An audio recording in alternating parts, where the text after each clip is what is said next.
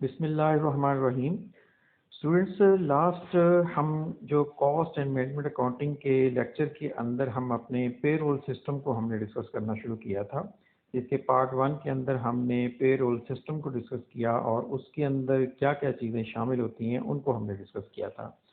आज हम इसी लेक्चर को उसकी कंटिन्यूशन के हवाले से हम मज़ीद उसके अंदर कुछ चीज़ें जो है वो डिटेल से डिस्कस करेंगे, ठीक है। जिसके अंदर हम एक तो पेरोल सिस्टम के हवाले से डिस्कस करेंगे, फिर दूसरे नंबर पर इसके अंदर क्या चीज़ें शामिल होती हैं, what is include in payroll, उसको भी हम डिस्कस करेंगे। ग्रॉस पेरोल क्या होती है और नेट पेरोल जो है वो पे क्या है चीज़ है। फिर डिडक्शन फ्रॉम पे वो क्या चीज़ें हैं उनको भी हम थोड़ा सा डिस्कस करेंगे। पेरोल की एंट्रीज कैसे करते हैं और पेरोल की एक एक्सरसाइज की हेल्प से भी हम अपने कॉन्सेप्ट को क्लियर करने की कोशिश करेंगे और पेरोल के फॉर्मेट को हम थोड़ा सा डिस्कस करेंगे, ठीक है। पेरोल सिस्टम के अंदर जो है क्या चीज़ शामिल होती है, वो कहता है the payroll is a list of the employees of the organisation and the money due to each, ठीक है। एक लिस्ट होती है पेरोल की, हम हर महीने एक लिस्ट बनाते हैं जिसके अंदर जो है ऑर्गेनाइजेशन के तमाम एम्प्लॉयज जो वर्क कर रहे होते हैं उनका नाम, उनके डेजिग्नेशन, उनके आगे पूरे मंथ की जो है जो जो उन्होंने वर्क किया होता है उसके अगेंस्ट में हम जो उनको फाइनेंशियली जो उनको एक अमाउंट जो ड्यू होती है वो हमने उसके अंदर मेंशन की होती है, ठीक है। अब payroll is list is produced each time, इसको हम हर महीने जो है इसको प्रोड्यूस करते हैं, ठीक है।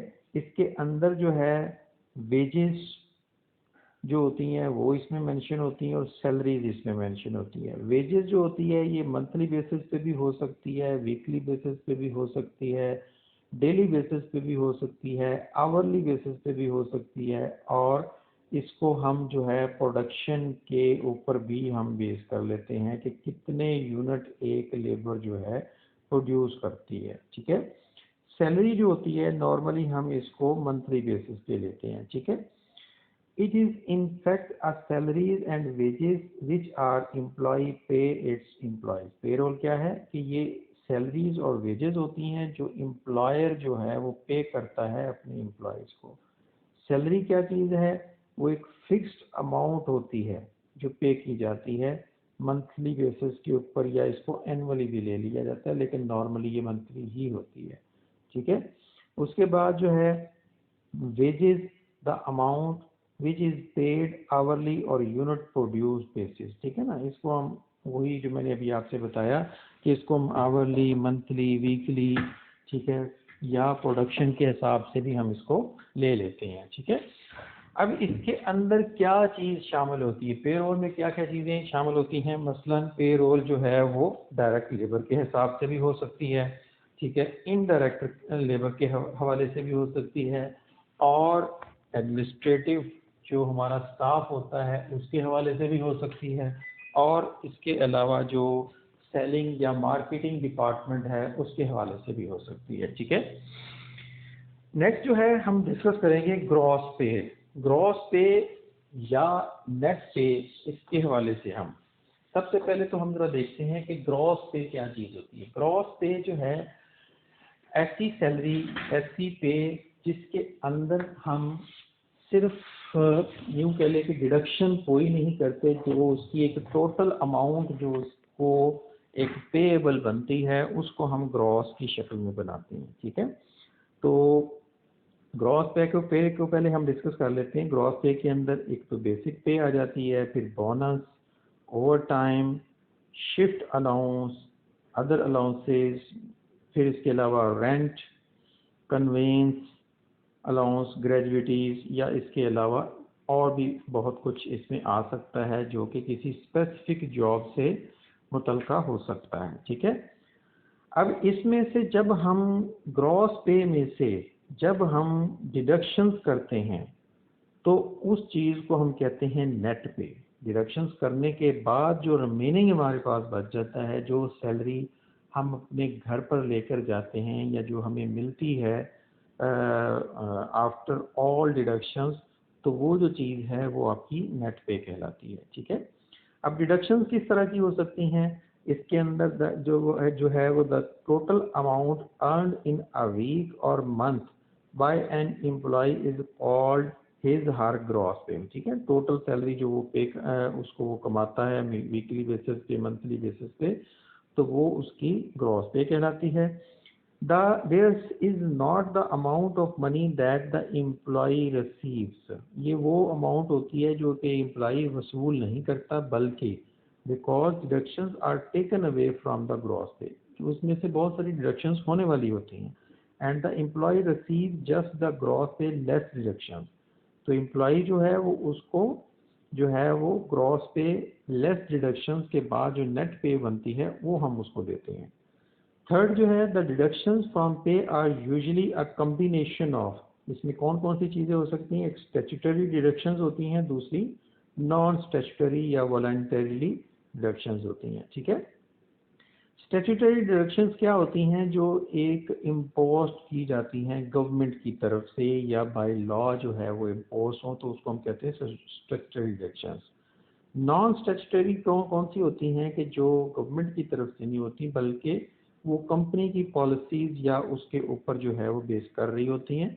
ठीक है, जिसके अंदर जो है वो subscription, contribution to a pension scheme, payroll saving scheme, कोई लोन हो सकता है, कोई चैरिटी हो सकती है, स्पोर्ट्स क्लब के हवाले से कोई हो सकती है कुछ।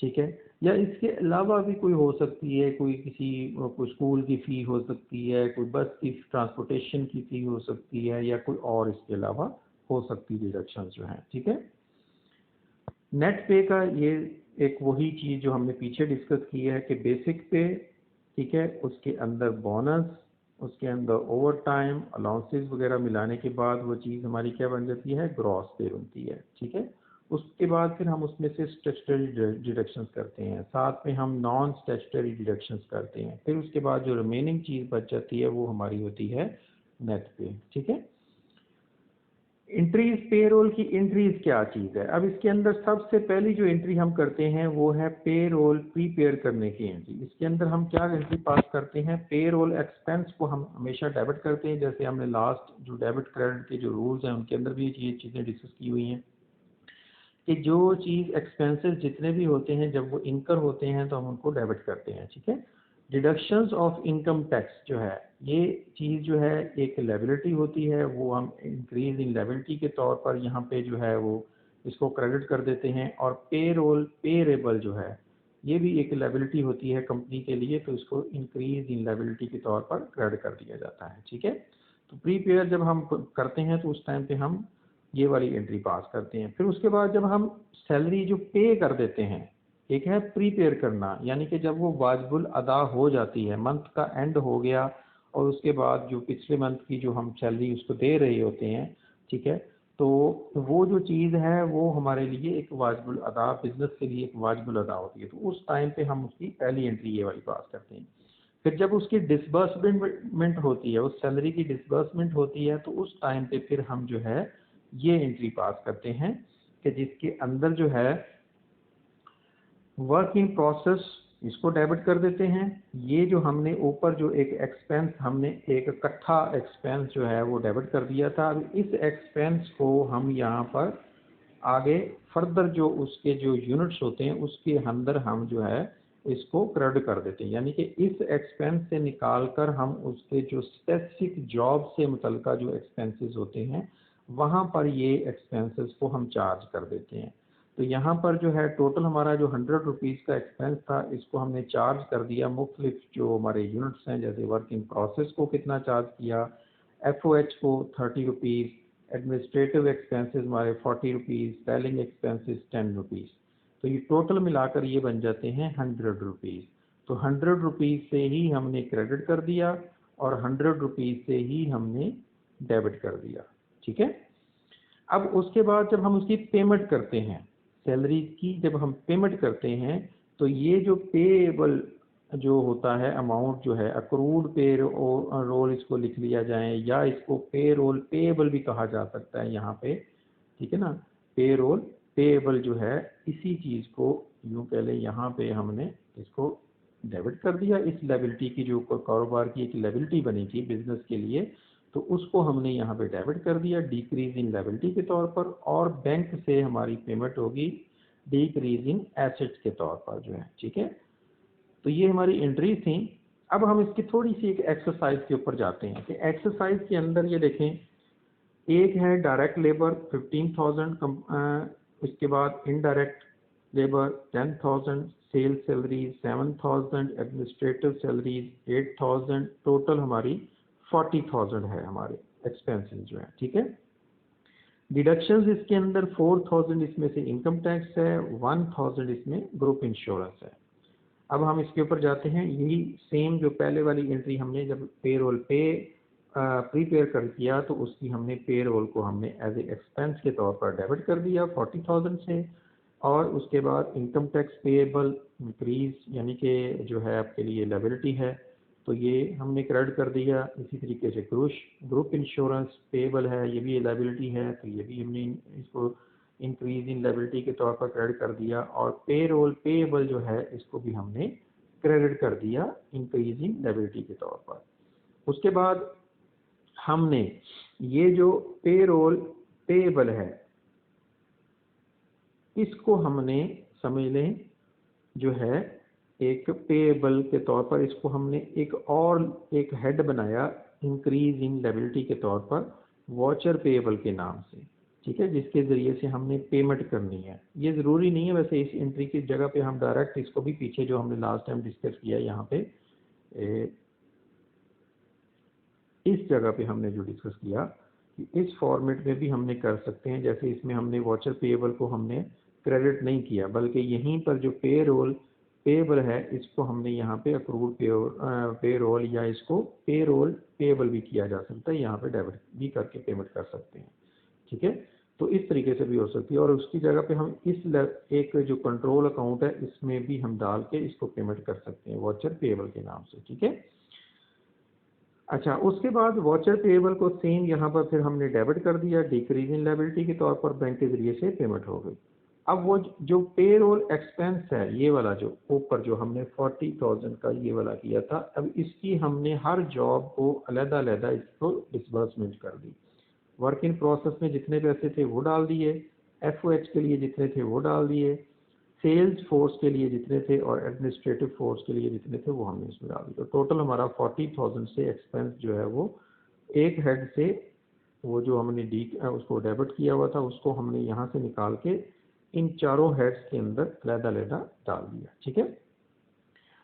स्टूडेंट्स, ये पेरोल का एक पे स्लिप का एक फॉर्मेट होता है, ये हर कंपनी के अंदर थोड़ा बहुत इसके अंदर जो है इसकी शेप में फ़र्क होता है, ये ज़रूरी नहीं है कि इसी शेप में पाया जाए, लेकिन ये एक सैंपल के तौर पर आपको दिखाया जा रहा है, जिसके अंदर एक एम्प्लॉय का नाम आ जाता है। सबसे पहले तो उसके टॉप के ऊपर जो है कंपनी का नाम आ जाता है, फिर एम्प्लॉय का कोड, फिर उसके बाद जो है नेशनल टैक्स नंबर जो उसका होता है वो इसमें डिटेल आ जाती है, उसकी पर्सनल इंफॉर्मेशन समझिए, ठीक है।